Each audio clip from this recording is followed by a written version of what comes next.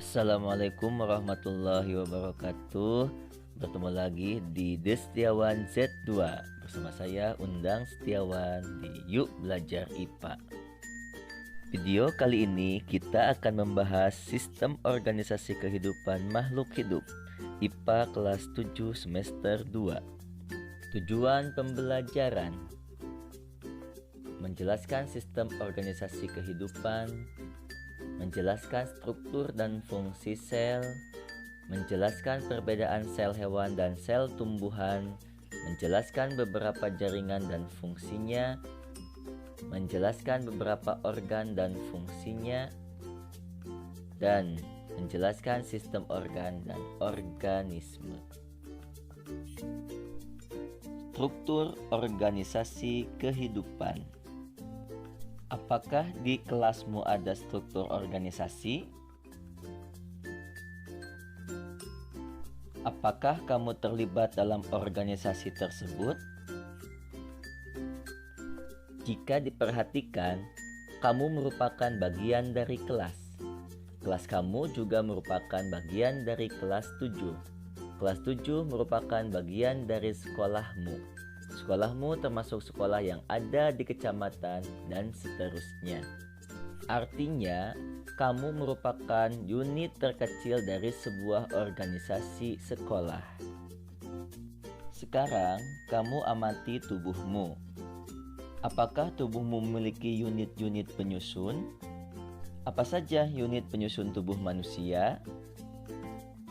Untuk memahami apa saja unit-unit penyusun tubuh makhluk hidup, yuk kita pelajari bab ini dengan penuh semangat.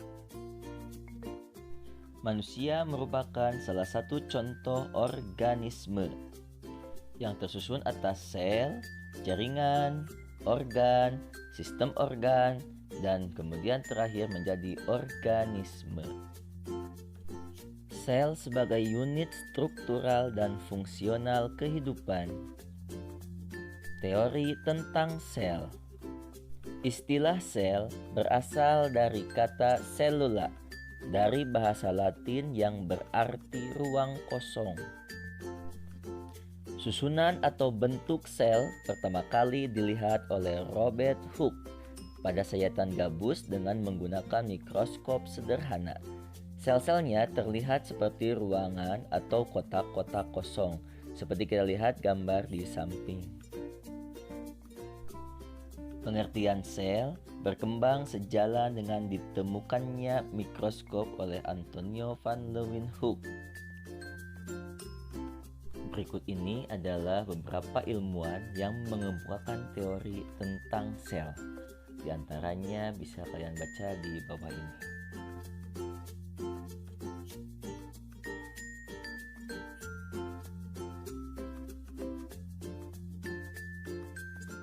Berdasarkan teori-teori sel tersebut, disimpulkan bahwa sel adalah unit terkecil penyusun makhluk hidup.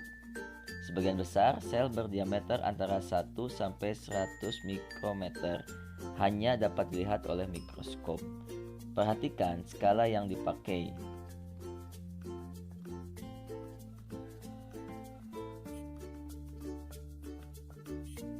Ilmu yang mempelajari sel adalah sitologi. Berdasarkan ada tidaknya membran inti sel, sel dibagi menjadi dua macam, yaitu eukariotik dan prokariotik. Sel prokariotik. Sel prokariotik berasal dari bahasa Yunani, yaitu prokariot. Pro berarti sebelum dan kariot berarti inti sel. Jadi sel prokariotik adalah sel yang tidak memiliki membran inti. Contoh bakteri dan alga biru. Perhatikan gambar di samping, ini adalah salah satu contoh dari sel prokariotik. Sel eukariotik.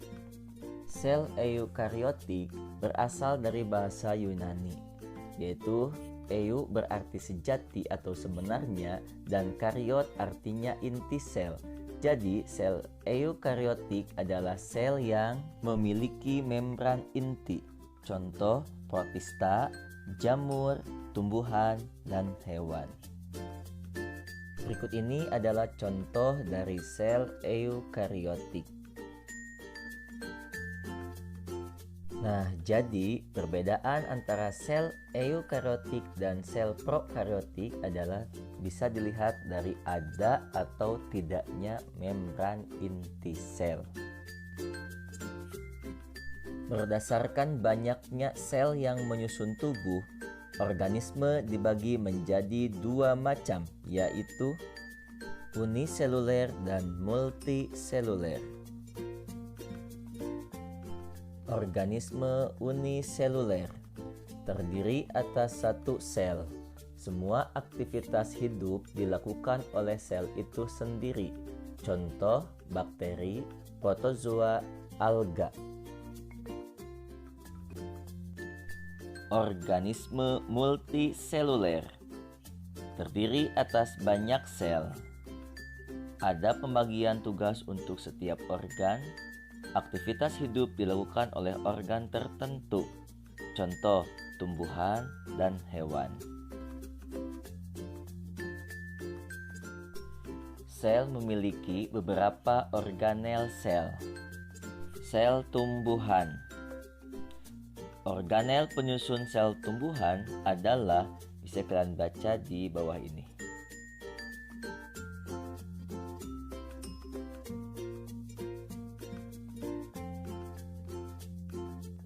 Sel hewan.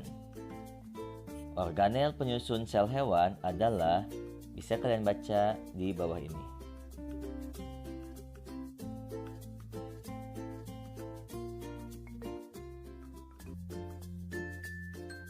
Berikut ini adalah penjelasan beberapa organel sel dan fungsinya. Membran plasma tersusun dari bahan lemak dan protein. Sisi luar bersifat hidrofilik atau suka air, bagian dalam bersifat hidrofobik atau tidak suka air, bersifat selektif permeabel atau menyeleksi zat. Fungsinya membatasi bagian sel, tempat keluar masuknya ion, molekul, dan senyawa dari luar dan ke dalam sel, memberi bentuk dan kelenturan sel. Berikut ini adalah struktur membran sel. Di sini terlihat mana hidrofilik dan mana hidrofobik. Nukleus atau inti sel. Pada eukariotik memiliki membran inti, mengandung anak inti atau nukleolus, mengandung kromosom. Fungsi nukleolus mengendalikan metabolisme sel, menyimpan informasi genetik, mengatur ekspresi gen, tempat terjadinya replikasi dan transkripsi, dan mengatur segala aktivitas sel. Sitoplasma merupakan cairan sel. Terdapat di dalam sel namun di luar membran inti. Terdiri dari air, garam, dan molekul organik. Di dalamnya terdapat organel sel seperti mitokondria, ribosom, badan Golgi, lisosom, retikulum endoplasma. Retikulum endoplasma atau disingkat RE merupakan kantong pipih dua lapis membran. Fungsinya membantu dalam produksi, penyimpanan, dan transportasi protein. RE terdiri dari dua tipe, yaitu RE halus tanpa adanya ribosom dan RE kasar ada ribosom. Berikut ini adalah gambar dari retikulum endoplasma. Ribosom terdapat bebas di dalam sitoplasma dan RE. Fungsinya sebagai tempat berlangsungnya sintesa protein.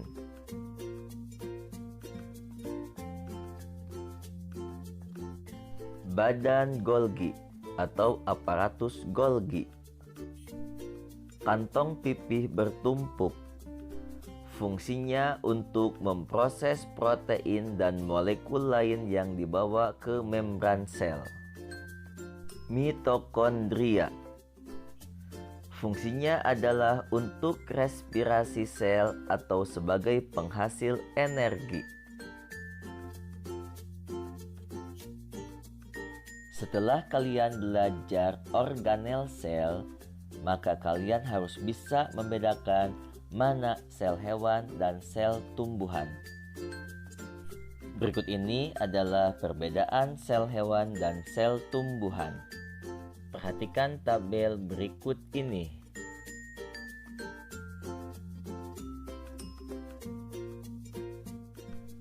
Jaringan-jaringan pada hewan dan tumbuhan. Jaringan adalah kumpulan dari beberapa sel yang mempunyai bentuk, susunan, dan fungsi yang sama. Kumpulan sel ini bekerja sama menjalankan tugasnya sesuai dengan fungsinya. Ilmu yang mempelajari jaringan disebut histologi. Jaringan tumbuhan. Misalnya jaringan meristem, jaringan penyokong, jaringan dasar, jaringan pengangkut, jaringan pelindung. Jaringan hewan. Misalnya jaringan epitel, jaringan ikat, jaringan otot, dan jaringan saraf. Organ-organ pada hewan dan tumbuhan. Organ adalah kumpulan beberapa jaringan yang berbeda dan menjalankan fungsi tertentu. Organ pada tumbuhan: akar, batang, daun, bunga, dan buah. Organ pada manusia: organ dalam, jantung, hati, ginjal, paru-paru, dan usus. Organ luar terdiri dari tangan, kaki, kulit, dan lain-lain. Sistem organ. Sistem organ adalah beberapa organ yang bekerja sama untuk melakukan fungsi kerja tertentu. Misalnya, sistem pernafasan, sistem ekskresi, sistem reproduksi, sistem peredaran darah, sistem koordinasi atau saraf, sistem gerak, dan sistem pencernaan. Organisme. Organisme dari bahasa Yunani, yaitu organismos, artinya setiap entitas individual yang mewujudkan sifat-sifat kehidupan. Organisme adalah tingkat organisasi kehidupan yang terakhir, berupa kumpulan molekul-molekul yang saling mempengaruhi sehingga berfungsi secara stabil dan memiliki sifat hidup. Organisme bisa disebut individu atau makhluk hidup. Misalnya manusia, hewan, tumbuhan, dan mikroorganisme. Nah, setelah belajar sistem organisasi kehidupan pada makhluk hidup, apakah kalian sudah paham? Jika kurang paham, silakan kalian tanyakan atau tulis di kolom komentar. Terima kasih sudah nonton. Jangan lupa like, komen, share, dan subscribe. Terima kasih.